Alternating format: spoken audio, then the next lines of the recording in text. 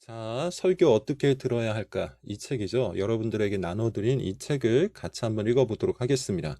당연히 다 읽을 수는 없겠고, 중요한 문장이라고 생각하는 몇 가지를 발췌를 해서 그것들을 중심으로 읽어나가는 방식을 택하도록 하겠습니다. 첫 번째 시간은 글을 열며 7페이지부터 14페이지까지의 내용을 세 문장으로 한번 읽어보도록 하죠. 첫 번째 문장은 7페이지 가장 앞에 있는 문장입니다. 제가 한번 읽어보도록 할게요. 우리 주위에 있는 경건한 성도들에게는 몇 가지 공통점이 있습니다. 그 중 하나가 바로 설교를 잘 듣는다는 것입니다. 자, 이 책의 저자는 설교를 굉장히 중요하게 취급하죠. 하나님을 사랑하는 사람, 하나님을 기쁘게 따라가는 사람, 하나님을 즐거워하는 마음을 가지고 있는 사람은 누구나 설교를 사랑했다고 이야기해요. 그래서 뒤에 보면 나오겠지만 설교를 잘 듣는 것이 곧 은혜를 얻는 가장 강력한 수단이라고 이야기를 합니다. 그런데 안타깝게도 오늘날 사람들은 설교를 별로 소중하게 여기질 않죠. 8페이지를 한번 보세요. 8페이지 밑에 부분을 보면 이런 내용이 있습니다. 그래서 설교는 단지 교훈이나 해설이 아닙니다. 설교자가 자기의 생각과 주장을 말하기 위해 성경이라는 재료로 만들어내는 요리가 되어서도 안 됩니다. 다시 말하자면 설교는 단지 정보나 지식을 전달해주는 강의가 아니라는 것이죠. 설교는 그 자체로 하나님을 알리시는 수단이기 때문에 설교를 잘 듣는다는 것은 하나님을 향한 우리의 태도와 직결되어 있는 겁니다. 자, 두 번째 문장을 한번 볼게요. 설교는 생명과 경건을 전해주는 통로이기에 하나님과의 교제이기에 더 나아가 하나님을 찬양하고 예배하는 그 자체가 되기에 가장 강력한 은혜의 수단입니다. 9페이지 가장 위에 있는 문장인데 여기에서 설교를 어떻게 정의하고 있죠? 생명을 전해준다, 경건을 전해준다, 그리고 하나님과 교제를 하는 것이다. 그 다음 문장이 또 중요해요. 더 나아가 하나님을 찬양하고 예배하는 그 자체가 된다.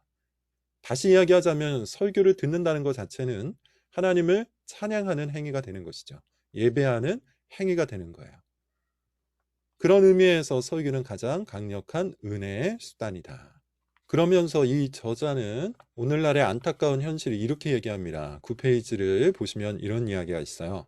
그런데 안타깝게도 많은 사람이 설교를 통해 지식이나 기독교적 통찰을 얻는 데서 그칩니다. 영원하고 무한한 가치를 지니는 말씀을 너무나 보잘것없는 것으로 만들어 버립니다. 무슨 말씀인지 여러분 아시겠죠? 설교를 듣는다는 것은 하나님의 말씀을 듣는 것이고 하나님의 말씀을 듣는다는 것은 하나님과 접속하는 것이에요. 영원하고 무한하고 영광스러운 그분과 우리가 만나는 시간이라는 것이죠.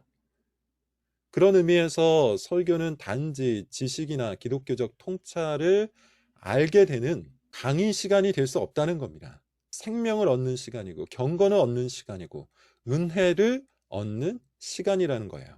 계속해서 이 저자의 이야기를 한번 보도록 하죠.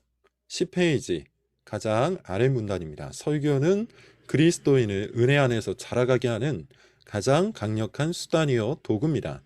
성령님께서는 구원받는 믿음을 비롯해 모든 은혜를 말씀과 함께 말씀을 통해 베푸십니다. 그리고 말씀은 주로 설교를 통해 우리에게 주어집니다. 교리 문답 등에서 이야기하듯이 설교는 하나님께서 말씀을 전달하시는 가장 효력 있는 방도예요. 앞으로도 배우겠지만 성경 속에서 그리고 교회사 속에서 설교를 듣고 구원을 얻은, 설교를 듣고 그 믿음이 성장한 수많은 사람들이 있어요. 따라서 마지막 세 번째 문장, 설교를 잘 듣는 것은 그리스도인이 되고 그리스도인이 은혜 안에서 자라는 일에 결정적이라고 할 수 있습니다. 11페이지 가장 위에 있어요. 설교를 잘 듣는 것은 그리스도인이 되고 그리스도인이 은혜 안에서 자라는 일에 결정적이다. 설교를 잘 들어야 합니다. 설교를 잘 듣는다는 것은 설교 시간에도 잘 들어야 하지만 설교 이후에도 그 설교를 갖고 무엇인가를 해야 한다는 그런 뜻이에요. 그것에 관해서는 이후 나머지 본문들을 읽으면서 설명을 드리도록 하겠습니다. 자, 한 가지만 기억하세요. 설교는 가장 강력한 은혜의 수단입니다. 이상입니다.